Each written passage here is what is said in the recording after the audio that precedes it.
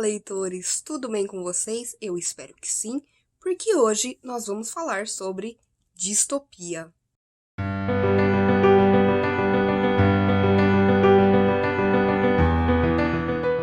A distopia é nada mais, nada menos que o contrário da utopia. A gente vai encontrar na literatura, quando falamos de distopia, mundos futuros em que o governo geralmente é autoritário, é totalitário.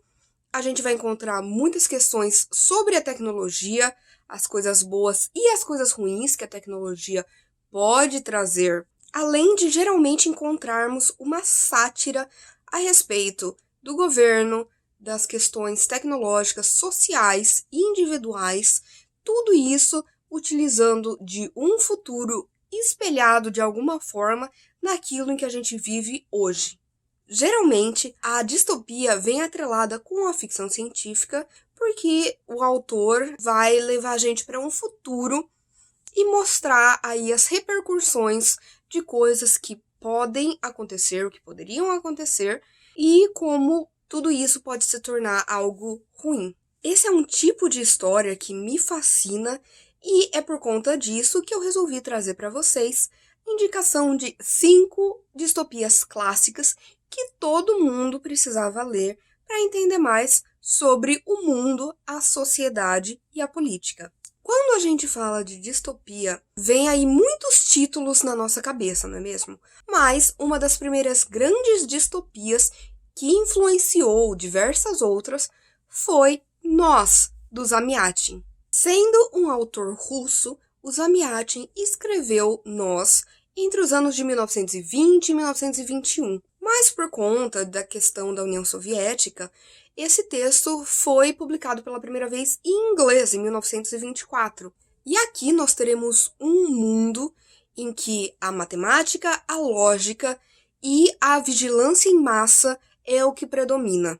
Assim, todas as pessoas têm os seus movimentos calculados e o nosso protagonista é o D503, porque nessa sociedade ninguém tem nome, todo mundo tem um número de identificação. Ele, num determinado momento, escrevendo esse diário para narrar um pouquinho sobre a sua vida diária, ele vai começar a se questionar sobre tudo aquilo que não faz parte do que essa sociedade espera dele.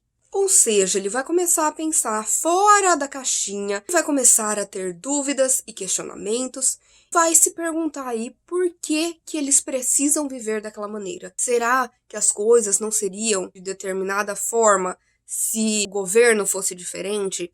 Se a vida desses habitantes fosse diferente? E é aí que a gente vai ter a construção de todo esse mundo dentro de Nós. Em 1932, nós teremos Admirável Mundo Novo, do Aldous Huxley. E aqui nós conheceremos uma sociedade que é toda pautada no progresso científico, na tecnologia reprodutiva e no condicionamento. Nessa civilização já existe uma manipulação genética para que cada criança já nasça de uma determinada maneira para fazer parte de uma certa casta, que já vai nascer sabendo das suas funções, sabendo o seu papel na sociedade e sabendo como deveria se comportar nesse mundo que o que impera é a tecnologia, tanto que eles falam muito sobre Ford. Enquanto as pessoas acreditam que elas estão vivendo em uma sociedade utópica, perfeita, maravilhosa, o Bernard Marx, que é um personagem que vai começar a se perguntar muitas coisas sobre a civilização da qual ele faz parte, vai fazer uma viagem para fora de onde ele mora e vai conhecer pessoas que não fazem parte dessa sociedade. São pessoas que se reproduziram normalmente, que se casaram, que têm a sua própria hierarquia. E é aí que o Bernard vai conhecer o John, que não se encaixa dentro dos padrões porque ele não foi criado no mundo de Admirável Mundo Novo. E é lógico que, então, o nosso protagonista, o Bernard, vai resolver trazer o John com ele para dentro dessa civilização, e isso vai causar um grande conflito, tanto porque o John vai conhecer pessoas completamente diferentes dele, que fazem o que o governo pede, da maneira com que o governo pede.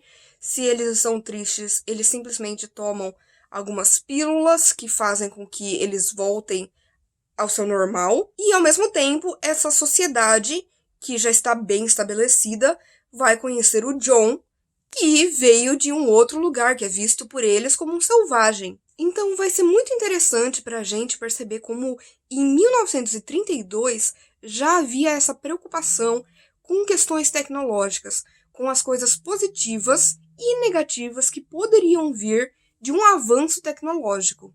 Já em 1945, nós teremos o brilhante A Revolução dos Bichos, A Fazenda dos Animais, existem diversos nomes, mas Animal Farm, de George Orwell.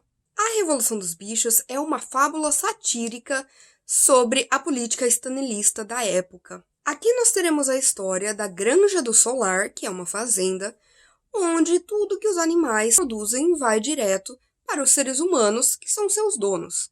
Até que um dia, um porco, o velho major, que aqui vai estar fazendo um paralelo tanto com Marx quanto com Lenin, vai falar para esses animais que ele teve um sonho em que tudo que esses animais produzissem iria para eles mesmos, e não para os seres humanos. A única coisa que eles precisavam era se livrar dessas pessoas.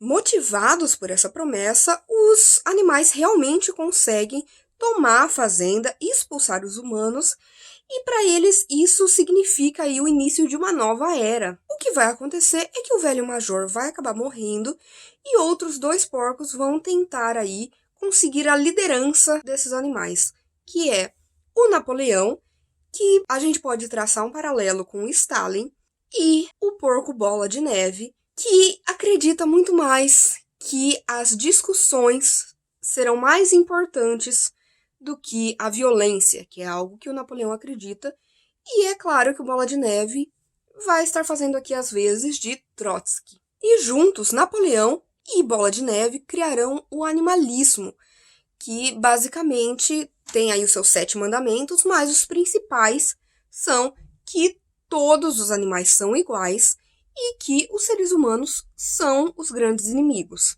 A busca por essa sociedade utópica vai cair por terra no momento em que esses porcos começam a se tornar um governo completamente corrompido pelo dinheiro e pelo capitalismo. George Orwell escrevia sobre política como ninguém. Aqui é o perfeito exemplo disso. Porque o George Orwell, ele era um socialista democrático que lutava pela igualdade das pessoas. O que aconteceu é que, por exemplo, durante a Revolução Russa, ele viu como o comunismo e o socialismo e essas 2 ideologias que tinham tudo para beneficiar o povo acabaram piorando a situação e voltando às raízes do capitalismo, sacrificando o seu povo em troca de dinheiro, em troca dos seus próprios benefícios, e isso desapontou o Orwell. Mas, no geral, essa fábula que é a Revolução dos Bichos, a Fazenda dos Animais, ela simboliza a luta contra qualquer governo autoritário e totalitário que, no final das contas, acaba pensando muito mais nele mesmo do que na população. E ainda falando de Orwell, é impossível falar sobre distopia e não pensar automaticamente em 1984. Escrito em 1949, o 1984 vai nos mostrar a história do Winston Smith. O Winston vive num mundo completamente distópico em que o que reina é a vigilância governamental, o controle de massa, a guerra sem parar simplesmente por acontecer e o negacionismo histórico. Até porque o Winston Smith, ele trabalha no Ministério da Verdade, que nada mais é que um local onde eles modificam tudo aquilo que aconteceu para o bem do governo. Nós vamos ser apresentados aqui ao conceito que até hoje a gente tem do Big Brother. Por quê? Porque aqui é onde vai surgir esse termo, que é o grande irmão. E o grande irmão nada mais é que uma figura criada pelo governo que observa tudo o que está acontecendo e zela pela sua população. E é exatamente por isso que o Winston tem que modificar tudo o que vai acontecendo de acordo com o que o governo exige dele. Então, por exemplo, se num jornal o grande irmão disse que tal coisa iria acontecer e aquilo não aconteceu, esse jornal vai ser queimado e o Winston vai modificar, dizendo que não, que ele nunca disse aquilo. E é lógico que o Winston vai conhecer uma moça, a Julia, que eles dois começam a ter aí muitos questionamentos a respeito dessa sociedade e a respeito do que é verdade e do que não é.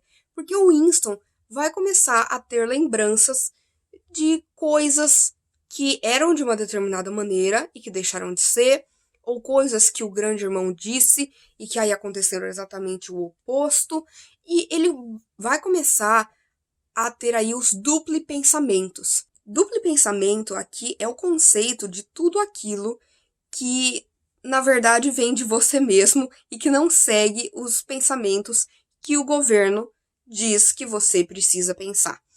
Então, o Winston, ele começa um diário onde ele vai anotar tudo aquilo que ele sente, que ele pensa, que ele questiona. E o simples ato de escrever esse diário já é algo muito perigoso. O que vai acontecer é que, junto com a Julia, eles vão começar aí a busca pela verdade para tentar entender melhor como esse governo planta essas fake news que a gente tem muito bem hoje em dia, né? E como esse governo controla as pessoas. Todo mundo na sua casa, por exemplo, tem uma tela que vai te observar o tempo inteiro, que vai falar como você deve agir, o que você deve dizer, o que você deve pensar. E é claro que a gente vai ter aqui, por exemplo, o Ministério do Amor, que na verdade é um local de tortura, e o Ministério da Paz, que é onde todas as guerras são feitas. Aqui nós teremos sempre em guerra essas três nações, que é a Eurásia, a Lestásia e a Oceânia, que é onde Londres é uma província, onde o Winston mora. E é lógico que uma das percepções que a gente vai ter aqui é que essa guerra, nada mais, nada menos, é para motivar um ódio entre a população, é para utilizar todo o dinheiro que iria para o estudo, para a saúde, em armamento, para que a população em si nunca descubra o seu próprio poder. E o que nós mais aprenderemos com esse livro é o poder da propaganda e de como tudo pode ser facilmente manipulado pelo governo ao seu bel prazer. 1984, por exemplo, foi um livro que o próprio Orwell falou que foi altamente inspirado pelo Nós, do Zamiatin. É exatamente por isso que 1984 é considerada a maior das distopias e que, com certeza, todas as pessoas deveriam ler para entender mais sobre a política atual. Porque eu acho que o mais interessante dessa história é que foi escrita nos anos 40 e ela é completamente atemporal. E o último clássico que eu venho indicar para vocês é o grande Fahrenheit 451, do Ray Bradbury. Esse livro, de 1953, vai nos trazer a história do Guy Montag, que ele é um bombeiro. Só que os bombeiros, nessa sociedade futura e distópica, não servem para apagar incêndios. Eles iniciam incêndios. Eles queimam todo e qualquer livro encontrado nessa sociedade.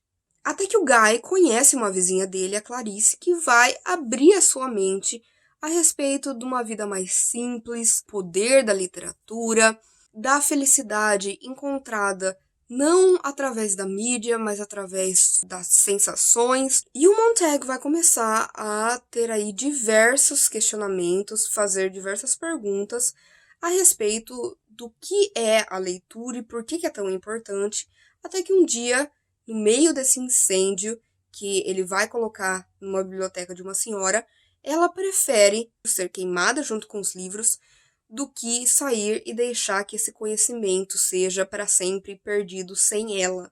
E é a partir daí que o Guy vai resolver roubar um livro e vai descobrir por que a literatura é tão importante. Esse é um mundo em que a mídia fez com que as pessoas perdessem primeiro o seu interesse na literatura, até que isso se tornou basicamente uma lei, uma censura. Então esse livro ele vai falar muito sobre a censura literária, que é algo também que a gente vê o tempo inteiro. Hoje em dia existem muitos e muitos livros que a gente vê que o governo tenta o tempo inteiro censurar, tanto em escolas, em bibliotecas, na Bienal do Livro.